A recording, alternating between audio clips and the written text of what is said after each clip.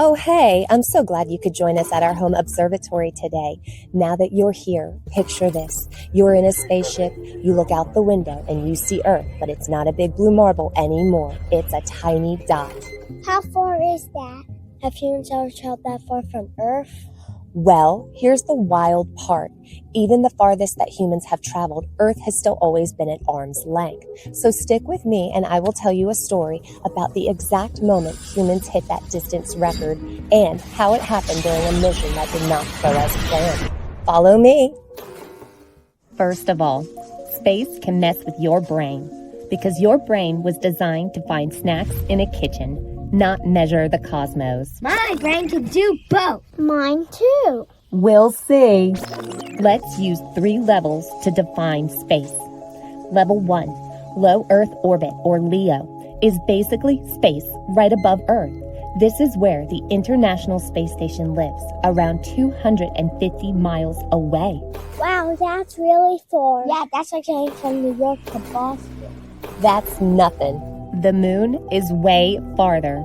It's about 240,000 miles away.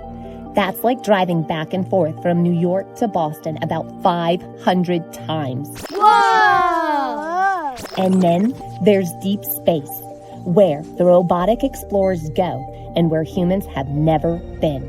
That's basically anything past the moon. How far are humans in space right now? Are there any people on the moon?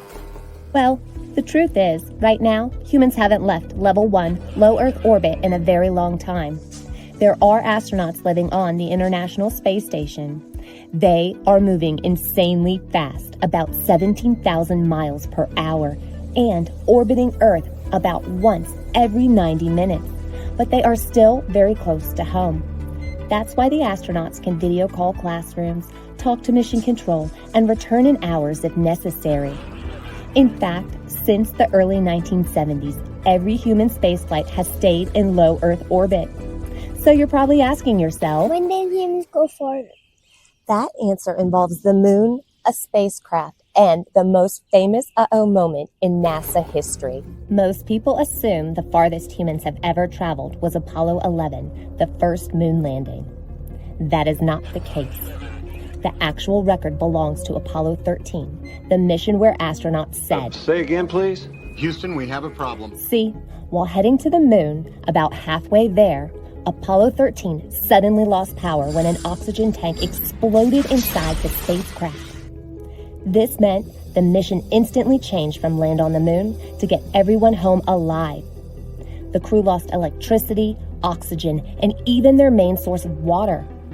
So, instead of landing on the moon, the astronauts had to turn their ship into a lifeboat, power down almost everything, and carefully swing around the far side of the moon to use its gravity to slingshot them back towards Earth. Seriously? That's amazing! After days of cold darkness and some of the most intense problem solving in NASA history, the crew splashed down safely in the South Pacific Ocean, turning what could have been a disaster into one of the greatest rescue missions in human history. So, that's the human distance world record, held by Jim Lovell, Fred Hayes, and Jack Swigert, and it's still standing. If that's the human's distance record, what's the robot distance record? Because you said robots went into deep space. That's right. Good listening. Are you ready to hear the absolutely ridiculous part? Let's compare that human distance record to where our robotic spacecrafts are. The difference isn't even close. So, if humans have gone about 250,000 miles away, and that's like driving back and forth from New York to Boston 500 times, get this, robot spacecraft have gone billions of miles from Earth. The current champion, Voyager 1. Voyager 1 launched in 1977 and is now the most distant human-made object ever at around 16 billion miles away.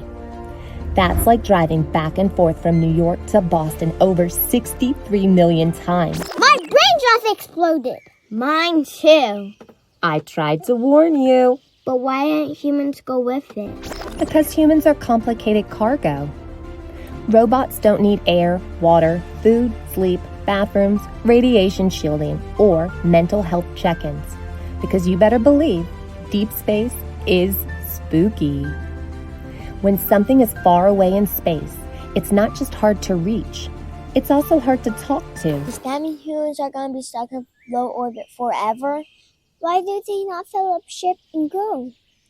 Those are both great questions, and there's not a single answer for either one. So I'll try and give you the short version. Basically, there are layers of reasons that humans aren't trying to go further into space. It's kind of like a space lasagna. For starters, radiation.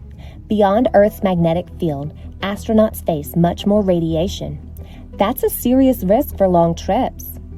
Next, life support is heavy. Air, water, food, backup systems, spare parts, and medical supplies all equal mass. And mass is expensive. And finally, getting to the moon is hard and dangerous. But getting back is even harder and more dangerous. Because of these factors, the last 50 years of human space missions have focused on mastering LEO.